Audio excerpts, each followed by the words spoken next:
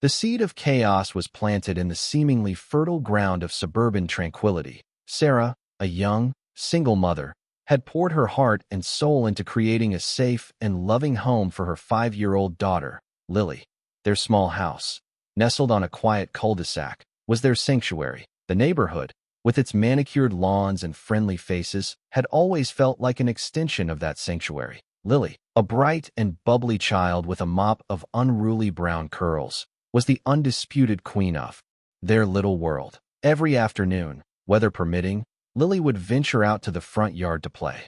Sarah, always vigilant, would keep a watchful eye from the living room window, a steaming mug of tea warming her hands. The front yard was Lily's domain, a miniature kingdom where dandelions were jewels, sidewalk chalk drawings were masterpieces, and the old oak tree was a majestic castle. It was a space of carefree laughter and boundless imagination, a space Sarah cherished as much as Lily did. The other mothers on the street knew Lily. They'd wave as they drove by, sometimes stopping for a quick chat while Lily showed off her latest creation, a meticulously crafted mud pie or a daisy chain necklace. There was a sense of unspoken camaraderie, a shared understanding of the joys and challenges of motherhood. The neighborhood felt safe. That was the word that always came to Sarah's mind. Safe. It was the reason she'd chosen to live there, the reason she felt comfortable letting Lily play in the front yard, the reason she could finally breathe a little easier after years of struggling. But safety, Sarah was about to learn, was a fragile illusion. That a storm was brewing on the horizon, a storm disguised as a neatly pressed pantsuit and a meticulously coiffed hairstyle. The first sign was the moving truck, rumbling down the street and parking in front of the long vacant house next door. Sarah watched with mild curiosity as movers unloaded boxes and furniture, wondering who her new neighbors would be. She hoped they would be friendly, that their children might become playmates for Lily. She didn't know it yet, but the arrival of that moving truck marked the beginning of a nightmare, a descent into a world of paranoia, accusations, and the chilling realization that sometimes the greatest threats come from the most unexpected places. The tranquility of her life, the safety she had so carefully cultivated, was about to be shattered, leaving her to fight for the very thing she held most dear, her daughter. The stage was set, the players were in place, and the curtain was about to rise on a drama that would change Sarah and Lily's lives forever. The idyllic scene of a child playing in her front yard was about to become the epicenter of a terrifying ordeal. The storm, as the previous narrator dramatically called it, began to take shape in the form of Patricia. Patricia emerged from the newly occupied house as if summoned by the crisp suburban air, and almost unnervingly perfect figure. Her tailored pantsuit, a shade of power broker navy, seemed out of place amidst the casual attire of the other neighborhood mothers. Her blonde hair, lacquered into a helmet of perfection, didn't sway in the gentle breeze. Even her sunglasses, perched on her nose, seemed to exude an air of judgment. Sarah, ever the friendly neighbor, decided to walk over and introduce herself. She paused, wiping her hands on her jeans, a faint smudge of Lily's sidewalk chalk still clinging to her fingers. "Hi. Welcome to the neighborhood," she called out, offering a warm smile. Patricia turned, her sunglasses reflecting Sarah's image back at her like a distorted mirror. "Patricia," she stated, her voice cool and clipped, offering a curt nod instead of a handshake. "Patricia Hawthorne." "Sarah," Sarah replied, unfazed by the lack of enthusiasm. "Sarah Miller, and this is my daughter, Lily." Lily, who had been meticulously building a sandcastle at the edge of the lawn, looked up, her face beaming. "Hi," she chirped, waving a sandy hand. Patricia's gaze swept over Lily, lingering for a moment too long. "How enterprising," she said, her tone suggesting the opposite. "Isn't she a little young to be playing outside unsupervised?" Sarah's smile faltered slightly. "Oh, I'm always watching," she assured Patricia. "I can see her perfectly from the living room window." Patricia raised a perfectly sculpted eyebrow. "Perfectly? From that distance? Don't you think a child needs more active supervision? More structured activities?" The subtle barb stung. Sarah bristled, a protective instinct rising within her. "Lily's perfectly happy playing in the yard," she said, her voice a little sharper now. "She's a very creative child." "Creativity is important, of course," Patricia conceded, her tone condescending. But children also need discipline, routine, and a stimulating intellectual environment. Free play is all well and good, but it hardly prepares them for the rigors of, well, life. Sarah clenched her fists, resisting the urge to defend her parenting choices. She reminded herself that Patricia was new, that she probably just didn't understand the dynamics of the neighborhood. "Well, we're happy with how things are," she said, forcing a smile. "Maybe we can chat more later. Welcome again." She turned and walked back towards her house, a knot forming in her stomach. Patricia watched her go, her gaze lingering on Lily, who had resumed her sandcastle construction, oblivious to the undercurrent of tension that had just passed between the two women. The seed of doubt had been planted, a tiny, insidious seed that threatened to blossom into something far more sinister. Patricia Hawthorne had arrived, and with her, the tranquility of Sarah and Lily's world had begun to crumble. The stage was set for a clash, a battle of wills that would have devastating consequences. The subtle tension from their first encounter didn't dissipate. It festered. Patricia, true to her initial judgmental demeanor, seemed to find fault with everything Sarah did: a misplaced garbage can, the slightly overgrown rose bushes, the occasional boisterous laughter emanating from Lily during playtime. All became targets of Patricia's thinly veiled disapproval. One sunny afternoon, about a week after Patricia's arrival, Lily was again playing in the front yard. Sarah, working from home that day, was on a conference call, her laptop perched precariously on the windowsill. She could see Lily perfectly, building a magnificent castle out of mud and twigs. The call was dragging on, filled with corporate jargon and endless updates. But Sarah kept one eye on Lily, a sense of contentment washing over her despite the monotony of the meeting. Suddenly, a shadow fell across Lily's miniature kingdom. Sarah glanced up and saw Patricia standing at the edge of the lawn, her arms crossed, her expression a mask of disapproval. Sarah muted her microphone, a prickle of unease running down her spine. Patricia watched Lily for a moment, her gaze narrowed, before approaching her. "Little girl," she said, her voice carrying clearly across the yard. "Where's your mother?" Lily looked up, startled. "She's inside," she replied, pointing towards the house. "Inside, and she just lets you play out here all by yourself?" Patricia's voice dripped with incredulity. Lily, sensing the negativity in Patricia's tone, frowned. "I'm not by myself," she said defensively. "My mommy's watching." Patricia scoffed. "Watching? From that distance? That's hardly responsible. Don't you know there are dangerous people out there? Strangers who might want to hurt you?" Lily's eyes widened, fear flickering in their depths. "No," she whispered, clutching her muddy hands to her chest. "Well, there are," Patricia insisted, her voice rising in pitch. "And your mother should be protecting you, not neglecting you." She leaned closer to Lily, her voice dropping to a conspiratorial whisper. "Honey, I don't think your mommy is taking very good care of you." Sarah, who had been listening in horror, slammed her laptop shut, her heart pounding in her chest. She raced out of the house, her voice trembling with anger. "Patricia, what do you think you're doing?" Patricia turned, her expression shifting from concerned busybody to righteous crusader. "I'm simply looking out for this child's well-being," she declared, her voice ringing with self-righteousness. "It's clear that she's being neglected. Any responsible adult would be appalled." Sarah's anger reached a boiling point. "She is not being neglected. I am right here. You have no right to talk to my daughter like that." Patricia's eyes glinted with a strange intensity. "Perhaps," she said, her voice dangerously calm, "the authorities should decide that." And with those chilling words, the situation escalated from a simmering feud to a full-blown crisis. The stage was set for the unthinkable, a moment that would forever alter the course of Sarah and Lily's lives. The threat hung in the air, unspoken but heavy. Sarah, shaken to her core, ushered Lily inside, locking the door behind them. She tried to rationalize Patricia's behavior, dismissing it as the misguided actions of an overly zealous neighbor. But deep down, a cold dread was taking root. She knew Patricia was capable of anything. The next day, Sarah made a conscious effort to be even more vigilant. She kept Lily inside, distracting her with games and movies, trying to shield her from the potential fallout of Patricia's warped perception. But Lily, accustomed to her outdoor freedom, grew restless. "Mommy, can I go play outside?" she pleaded, her eyes wide with longing. Sarah hesitated. She wanted to protect Lily, but she also didn't want to imprison her. Just for a little while, she relented. But I'm coming with you. They went outside. Sarah sitting on the porch steps, her eyes scanning the street. That Patricia's house remained silent, the curtains drawn. After about an hour, Sarah felt a little more relaxed. Maybe she had overreacted. Maybe Patricia would just let it go. That's when it happened.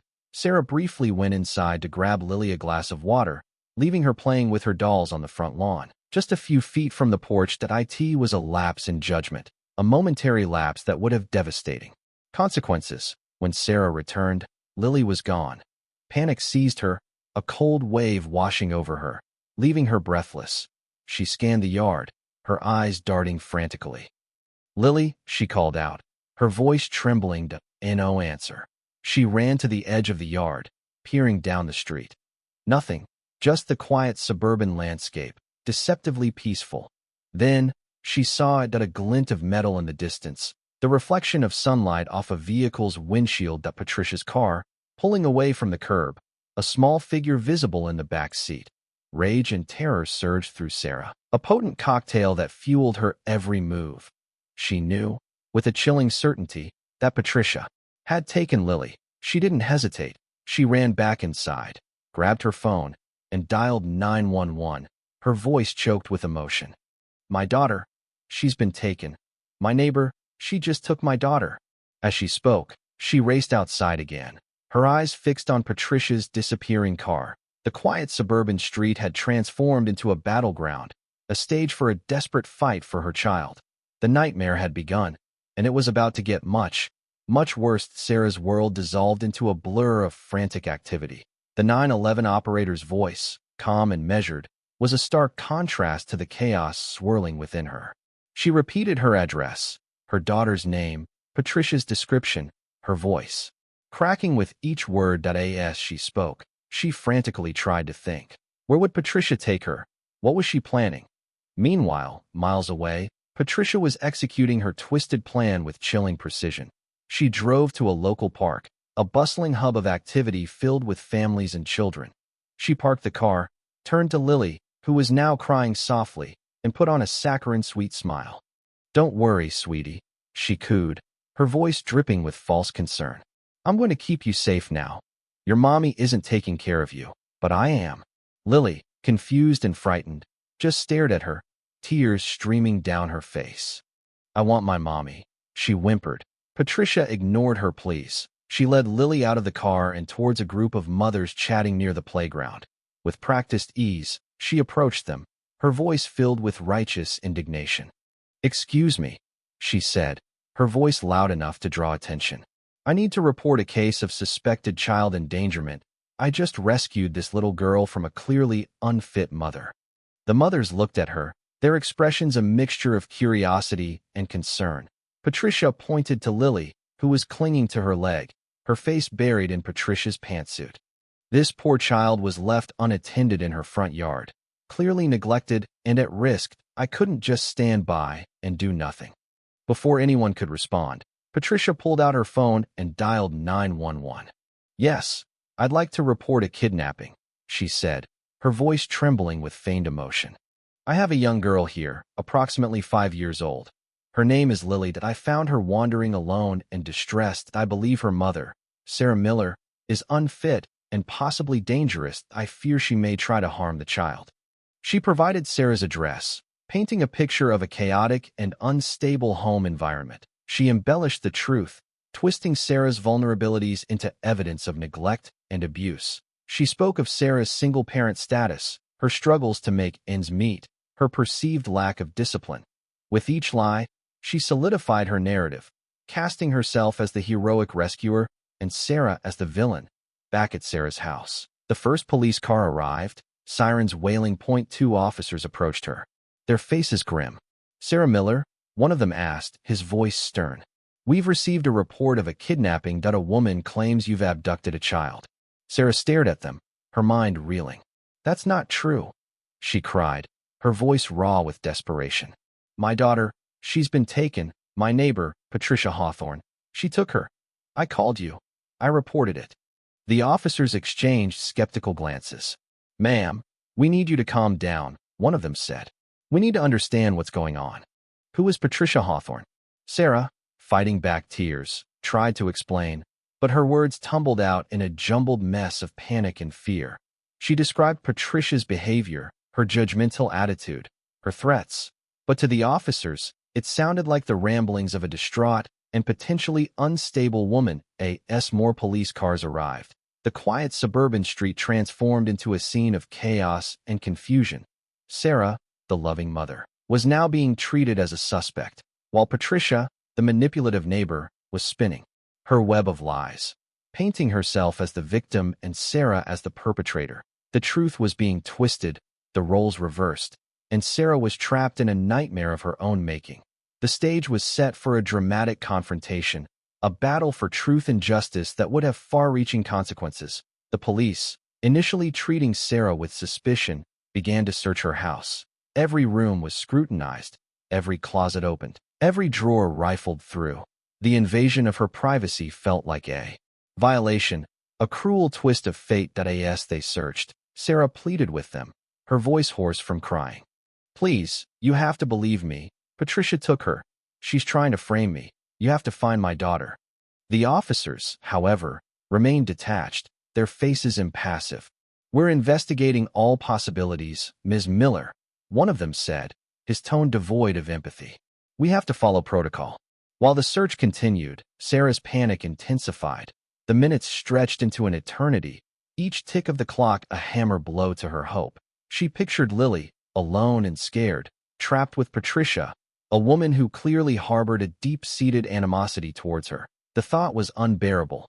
Driven by desperation, Sarah decided she couldn't rely solely on the police. She had to do something, anything, to find Lily. Ignoring the officers' protests, she bolted out of the house, determined to take matters into her own hands. "Where are you going, Ms. Miller?" one of the officers shouted, his voice laced with frustration.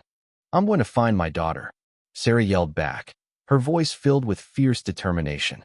"You're wasting time searching my house. Patricia is out there right now. You need to find her." She ran to her car, ignoring the officers' attempts to stop her. She knew Patricia, or at least she thought she did. She knew her judgmental nature, her need for control, her distorted sense of righteousness. Where would someone like that take a child? As she drove, she tried to retrace Patricia's steps, to piece together her possible destination, the park. Patricia had mentioned structured activities and intellectual environments. Maybe she would take Lily to the library or a museum.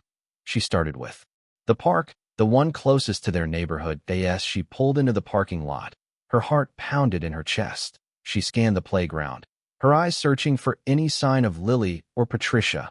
And then she saw them in the distance. Near the swings, she spotted Patricia, talking to a group of mothers, Lily clinging to her leg, her face buried in Patricia's pantsuit. Relief washed over Sarah, so intense it almost brought her to her knees. Lily was safe, but the relief was quickly replaced by a surge of anger, a burning rage that consumed her. Patricia was there, surrounded by people, playing the role of the concerned citizen, while Sarah was being treated like a criminal. She parked the car and stormed towards them, her eyes fixed on Patricia, her fists clenched. The confrontation was inevitable. The moment of truth had arrived, and Sarah was ready to fight for her daughter, to expose Patricia's lies, to reclaim her life. The battle had just begun. Sarah marched towards Patricia, her anger a tangible force that seemed to radiate from her. The other mothers, sensing the tension, stepped back, creating a small circle around Patricia and Lily. Patricia, however, stood her ground, her expression a mixture of defiance and smug satisfaction. Well, Patricia said, her voice dripping with sarcasm. "If it isn't the neglectful mother, what are you doing here, Sarah? Come to abandon your daughter again." Sarah ignored the taunt, her eyes fixed on Lily. "Lily, honey, it's Mommy," she said, her voice soft and reassuring. "Come here, baby." Lily hesitated, her eyes darting between Sarah and Patricia. The conflicting emotions were evident on her face. She wanted to run to her mother, but she was also clearly scared and confused. Patricia tightened her grip on Lily's hand.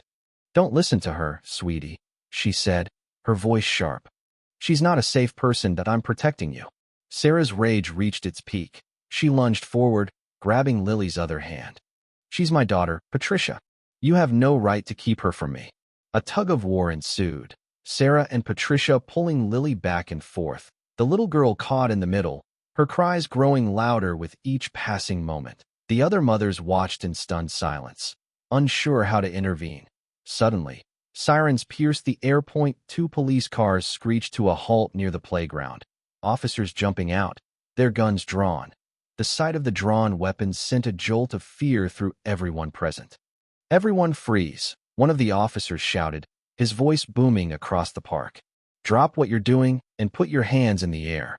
The tug-of-war ceased, Sarah and Patricia both raising their hands, their faces etched with shock and disbelief. The officers approached cautiously, their eyes darting between the two women and the terrified child. "What's going on here?" one of the officers demanded, his gaze stern. Patricia seized the opportunity, her voice trembling with feigned distress. "Officer, thank goodness you're here. This woman," she said, pointing to Sarah, "she's trying to kidnap this child. I rescued her from a dangerous situation, and now she's trying to take her back." Sarah, her voice choked with emotion, tried to defend herself. "That's not true. She's my daughter. Patricia took her from my front yard. I called you. I reported it." The officers looked at each other, their expressions skeptical that Patricia's story sounded plausible, her demeanor calm and composed. Sarah, on the other hand, was clearly distraught, her words tumbling out in a jumbled mess of accusations and denials. "Ma'am, we need you to calm down," one of the officers said to Sarah, his voice firm. "We need to understand what's going on. Can you prove that this is your daughter?" The question hung in the air, heavy with implication. Sarah's heart sank. She had no identification with her, no birth certificate, no proof that Lily was hers. She was trapped, caught in Patricia's web of lies, with no way to prove her innocence. The nightmare had reached its apex. The fight for her daughter, the fight for her life, had just become exponentially more difficult. With Sarah unable to immediately prove her motherhood, the police separated her and Patricia, taking them to the local precinct for questioning. Lily, traumatized and confused, was placed in the care of Child Protective Services, a devastating blow to Sarah, who felt like she was losing her daughter all over again. At the precinct, the detectives began to meticulously piece together the events of the day. They questioned Sarah, pressing her for details about her relationship with Lily, her background, and her interactions with Patricia. They scrutinized her every word, searching for inconsistencies, for any sign of deception. Sarah, despite her exhaustion and emotional turmoil, answered their questions honestly and openly. She recounted the events of the past few weeks, describing Patricia's judgmental behavior, her veiled threats, and the growing sense of unease she had felt since Patricia's arrival. She emphasized the bond she shared with Lily, the love and care she poured into raising her, the sacrifices she made to provide for her. Meanwhile, in another room, Patricia was being questioned as well. She reiterated her story, portraying herself as a concerned citizen who had acted out of compassion and a desire to protect a vulnerable child. She painted Sarah as an unfit mother, irresponsible and neglectful, someone who posed a danger to her own daughter. But as the detectives delved deeper, cracks began to appear in Patricia's carefully constructed facade. Her story contained inconsistencies, details that didn't quite add up. She struggled to answer basic questions about Lily, revealing her lack of familiarity with the child. The detectives then turned their attention to the neighborhood, interviewing other residents, including the mothers who had witnessed the confrontation at the park. These interviews proved to be a turning point in the investigation. Several neighbors corroborated Sarah's account of Patricia's behavior, describing her as judgmental, nosy, and prone to making unfounded accusations. One neighbor, Mrs. Davis, revealed that Patricia had previously complained about Lily's playing in the front yard, deeming it unacceptable and a safety hazard. But the most damning evidence came from a background check on Patricia. The detectives discovered that Patricia had a history of making false accusations and filing frivolous lawsuits. She had been involved in several disputes with neighbors in her previous community, often escalating minor disagreements into major legal battles. She had even been accused of harassment and stalking. The pieces of the puzzle were starting to fall into place. The detectives began to suspect that Patricia wasn't the concerned citizen she claimed to be, but rather a manipulative and vindictive individual with a history of targeting innocent people. Armed with this new information, the detectives confronted Patricia, pressing her about the inconsistencies in her story and her past behavior. Under pressure, Patricia's composure began to crumble, her voice trembled, her eyes darted nervously, and her answers became evasive. Finally, she broke down, confessing that she had indeed taken Lily from Sarah's front yard, claiming she had done it out of concern for the child's welfare. But her confession was laced with self-justification and denial, revealing her deep-seated biases and her distorted perception of reality. As the truth began to emerge, the tide turned in Sarah's favor. The detectives, now convinced of her innocence, released her from custody and began to focus their attention on Patricia. The investigation had uncovered a shocking tale of manipulation, deception, and a dangerous obsession. The stage was set for Patricia's downfall, and for Sarah to finally reclaim her daughter and her life. While Patricia's confession was a significant step, the detectives still needed concrete evidence to definitively prove Sarah's motherhood. They dispatched officers to Sarah's house to gather any documents or belongings that could support her claim. The officers, now viewing Sarah in a completely different light, approached the task with renewed purpose. They carefully searched through Sarah's belongings, mindful of the emotional distress she had already endured. Within minutes, they found a treasure trove of evidence: a birth certificate clearly listing Sarah Miller as Lily's mother, a photo album filled with pictures of Sarah and Lily, chronicling their life together from Lily's infancy to the present day, school records, medical records, and even a handwritten letter from Lily to Sarah, expressing her love and gratitude. The evidence was irrefutable. Sarah was undeniably Lily's mother. The detectives immediately contacted the precinct, relaying the information and requesting that Sarah be brought back. As Sarah was being driven back to the precinct, she couldn't help but feel a glimmer of hope. The nightmare was finally coming to an end. The truth was emerging, and she was about to be reunited with her daughter. At the precinct, the detectives presented Sarah with the evidence they had found. They apologized for their initial skepticism, acknowledging that they had been misled by Patricia's deceptive tactics. Ms. Miller, one of the detectives said, his voice sincere, "We owe you an apology. We were wrong to doubt you. We have confirmed that you are indeed Lily's mother." Tears streamed down Sarah's face, tears of relief, of vindication, of pure joy. "Thank you," she whispered, her voice choked with emotion. "Thank you for believing me." The detectives then informed Sarah that Patricia had been formally charged with kidnapping, false reporting, and child endangerment. They assured her that Patricia would be held accountable for her actions and that they would do everything in their power to ensure Lily's safety and well-being. But the most important news was yet to come. "Ms. Miller," the detective said, his voice softening, "we have contacted Child Protective Services. They are preparing to release Lily back into your custody. You will be reunited with your daughter very soon." Sarah's heart soared. The long nightmare was finally over. She was about to be reunited with Lily, to hold her in her arms again, to reassure her that everything was going to be all right. As she waited for Lily to arrive, Sarah reflected on the events of the past few weeks. She had been subjected to a harrowing ordeal, a terrifying descent into a world of paranoia, accusations, and the chilling realization that sometimes the greatest threats come from the most unexpected places. But she had survived. She had fought for her daughter. She had stood up to a manipulative and dangerous individual, and she had emerged victorious. Her love for Lily, her unwavering determination, had ultimately prevailed. The stage was set for a joyous reunion, a moment of pure, unadulterated happiness that would erase the pain and fear of the past few weeks. While Sarah awaited Lily's arrival, Patricia was undergoing a very different experience. As the detectives presented her with the evidence of Sarah's motherhood and confronted her with her past history of false accusations, her carefully constructed facade began to crumble completely. Initially, she maintained her innocence, clinging to her fabricated narrative of rescuing a neglected child. She insisted that she had acted out of genuine concern for Lily's well-being, that she had only wanted to protect her from an unfit mother. But as the detectives pressed her further, pointing out the inconsistencies in her story and the overwhelming evidence against her, Her composure began to unravel. Her voice grew shrill, her eyes darted nervously, and her body trembled uncontrollably. She started to rant, her words a jumbled mess of self-justification, denial, and outright delusion.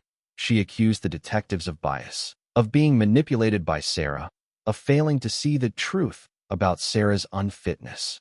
"You don't understand," she screamed, her voice cracking with hysteria. "That child was being neglected. I had to do something. I couldn't just stand by and watch her suffer."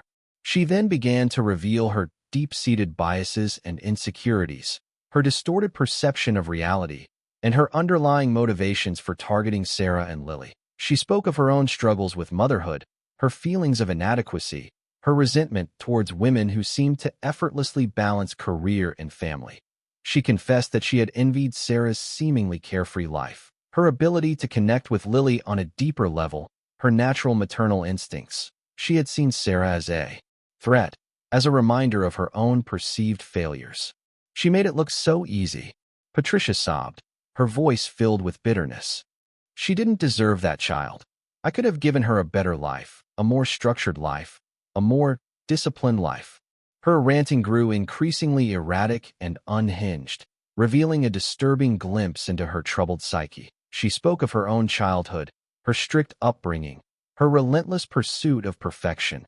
She had always strived to be the best, to achieve the highest standards, to meet the expectations of her demanding parents. But she had never quite succeeded. She had always felt inadequate, a failure, a disappointment. And she had projected those feelings onto Sarah, seeing her as a symbol of everything she had failed to achieve. As her meltdown reached its peak, Patricia began to exhibit signs of a complete mental breakdown. She became incoherent, her words nonsensical, her actions erratic. She started to hallucinate, seeing things that weren't there, hearing voices that weren't real. The detectives, realizing that Patricia was no longer in control of her faculties, called for medical assistance. A team of paramedics arrived and sedated Patricia, transporting her to a nearby psychiatric hospital for evaluation and treatment. As she was being wheeled out of the precinct, Patricia turned to Sarah, her eyes filled with a mixture of hatred and desperation. "You haven't won," she shrieked, her voice barely audible. "I'll get you for this. You'll pay for what you've done." Her words hung in the air, a chilling reminder of the darkness that lurked within her. But Sarah, standing tall and resolute, refused to be intimidated. She had faced Patricia's worst, and she had emerged victorious. She was about to be reunited with her daughter, and nothing, not even Patricia's twisted threats, could diminish her joy. The moment Sarah had been desperately waiting for finally arrived. A social worker gently led Lily into the room, her eyes wide and uncertain. Lily's face lit up when she saw Sarah, but a flicker of fear still lingered in her expression. "Mommy," she cried, running towards Sarah and throwing her arms around her legs. Sarah knelt down, engulfing Lily in a tight embrace. "Oh, honey, I'm so glad you're safe," she whispered, her voice choked with emotion. "I missed you so much." Lily clung to Sarah, burying her face in her mother's shoulder. "I was scared, Mommy," she whimpered. "That lady, she said you didn't want me." Sarah's heart broke. She held Lily tighter, reassuring her that she loved her more than anything in the world, that she would never abandon her, that Patricia had been lying. As they embraced, Sarah noticed the lingering trauma in Lily's eyes. The events of the day had clearly taken a toll on her. She was withdrawn, quiet, and clung to Sarah as if afraid to let go. Sarah knew that the road to recovery would be long and challenging. Lily would need time, patience, and professional help to process the trauma she had experienced. But Sarah was determined to provide her with all the love and support she needed to heal. Meanwhile, Patricia was facing the consequences of her actions. In addition to the charges of kidnapping, false reporting, and child endangerment, she was also facing potential charges of harassment and stalking, based on her past history and her recent behavior towards Sarah. The authorities were taking her case very seriously. They recognized the potential danger she posed to the community and were committed to ensuring that she was held accountable for her crimes. While Patricia's mental state would likely be a factor in her legal proceedings, it would not excuse her from her actions. She would still face a trial, and if convicted, she could face a lengthy prison sentence. Sarah left the precinct with Lily, She couldn't help but feel a sense of relief and vindication. The nightmare was finally over, and she had emerged victorious. But she also knew that the scars of the past few weeks would remain, both for her and for Lily. She vowed to do everything in her power to help Lily heal, to rebuild their lives, and to create a safe and loving environment where Lily could thrive. She also vowed to never let anyone, not even a psycho Karen, threaten her family again as they drove away. Sarah glanced back at the precinct, a sense of closure washing over her. Patricia was behind bars, facing justice for her crimes, and Sarah and Lily were together again, ready to begin a new chapter in their lives. The stage was set for healing, for growth, and for a renewed appreciation for the unbreakable bond between a mother and her daughter. The days that followed were a blur of doctor's appointments, therapy sessions, and endless reassurances. Lily, understandably, was deeply affected by the ordeal. She suffered from nightmares, clung to Sarah constantly, and was afraid to leave her side, even for a moment. Sarah, too, was struggling to cope with the emotional fallout. She replayed the events of the past few weeks in her mind, questioning her own judgment, blaming herself for not seeing the danger signs sooner. She felt a constant sense of anxiety, a fear that something terrible could happen again at any moment. But amidst the darkness, there was also light. The community rallied around Sarah and Lily, offering their support and assistance in any way they could. The other mothers on the street brought over meals, offered to babysit, and provided a listening ear whenever Sarah needed to talk. Mrs. Davis, the neighbor who had provided crucial information to the police, became a particularly close friend. She shared her own experiences with difficult neighbors and offered Sarah invaluable advice on how to cope with the emotional aftermath of the incident. Sarah also sought professional help for herself and Lily. They both began attending therapy sessions, where they were able to process their trauma, express their feelings, and develop coping mechanisms for dealing with their anxiety and fear. That Lily's therapist specialized in working with children who had experienced trauma. She used play therapy and other techniques to help Lily express her emotions and to understand that she was not to blame for what had happened. Sarah's therapist helped her to challenge her negative thoughts, to forgive herself for any perceived mistakes, and to focus on the positive aspects of her life. She also encouraged Sarah to prioritize self-care, to make time for activities that brought her joy and relaxation. Slowly but surely, Sarah and Lily began to heal. The nightmares became less frequent. Lily's anxiety subsided, and Sarah's sense of fear began to diminish. They started to rebuild their lives, to reconnect with their friends and activities, and to rediscover the joy in everyday moments. Sarah also became an advocate for other victims of harassment and abuse. She shared her story publicly, hoping to raise awareness about the dangers of unchecked prejudice and the importance of community support. She joined a local support group for single mothers, where she found a sense of camaraderie and understanding. She also volunteered at a domestic violence shelter, providing support and encouragement to other women who had experienced trauma. Through her advocacy work, Sarah found a sense of purpose and meaning in her suffering. She realized that she could use her experience to help others, to prevent similar tragedies from happening in the future. The scars of the past would always remain, but Sarah and Lily had learned to live with them, to embrace their resilience, and to appreciate the strength of their bond.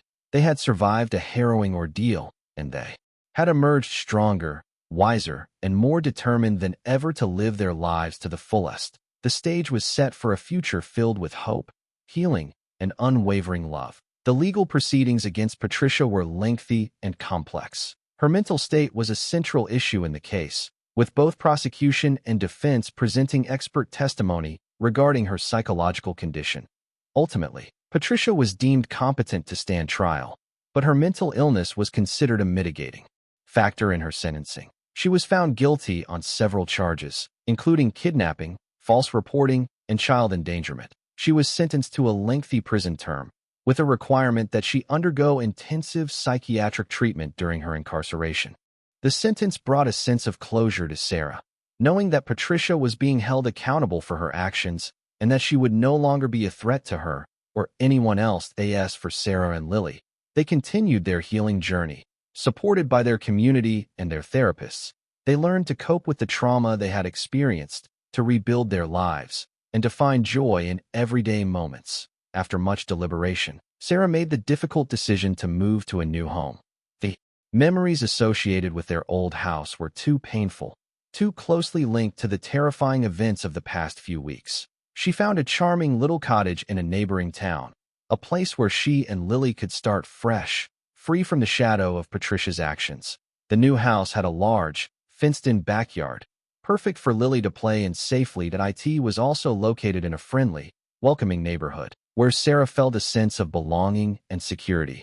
The move was a significant step in their healing process. It allowed them to create new memories, to establish new routines, and to build a new life, free from the fear and anxiety that had plagued them for so long. In their new home, Sarah and Lily thrived. Lily blossomed in her new school, making friends and excelling in her studies. Sarah continued her advocacy work, sharing her story and providing support to other victims of abuse. They also developed a deeper appreciation for their bond, for the unwavering love and support they provided to each other. They had faced a terrifying ordeal, but they had emerged stronger, wiser, and more resilient than ever. Years later, Sarah and Lily would often reflect on the events of the past. They would acknowledge the pain and trauma they had endured, but they would also celebrate their survival, their strength, and their unwavering love for each other. They had learned that even in the darkest of times, hope can prevail, that even in the face of unimaginable adversity, the human spirit can endure. And they had discovered that the bond between a mother and her daughter is unbreakable, a force that can overcome any obstacle, any challenge, any psycho-Karen that life may throw their way. The final stage was set. Their future was bright and full of promise, a testament to their courage, their resilience, and their unwavering love.